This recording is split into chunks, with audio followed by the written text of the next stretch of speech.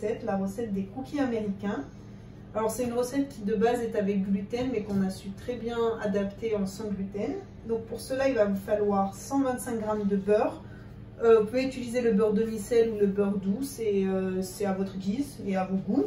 Il faudra 62 g de sucre roux et 62 g de sucre blanc, un œuf, une pincée de sel, de la vanille.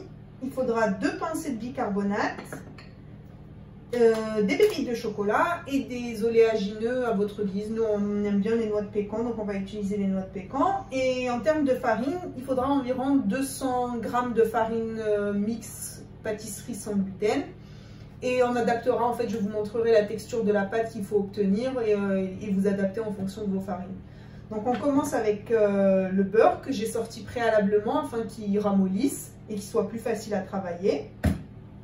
On va mélanger le beurre avec les 2 sucres.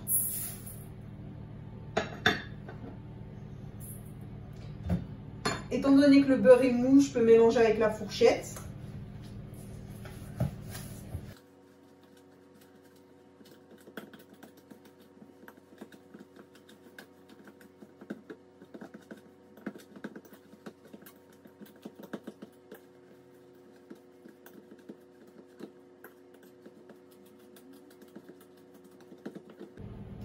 Donc voilà, le beurre et les sucres sont parfaitement mélangés. On va dès lors ajouter un œuf.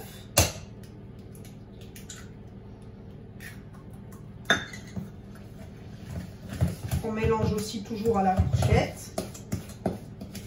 Alors là, on a utilisé pour la recette 125 g de beurre, mais vous pouvez très bien utiliser 250, une plaquette entière. Et comme ça, vous aurez plus de cookies. Il faudra juste doubler tous les ingrédients. Et si vous doublez les œufs, il faut bien faire attention à incorporer les œufs un à un.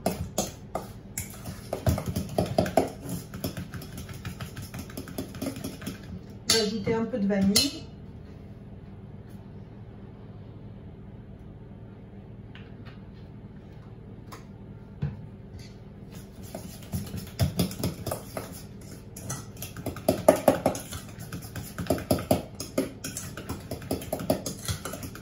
Une pincée de sel.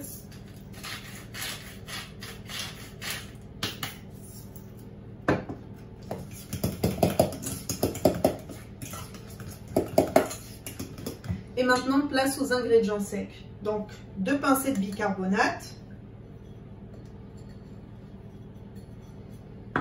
Et la farine. La farine, je veille à l'ajouter en plusieurs parties, pas tout d'un coup, parce que la farine sans gluten est très volatile et vous risquez d'en avoir un peu partout.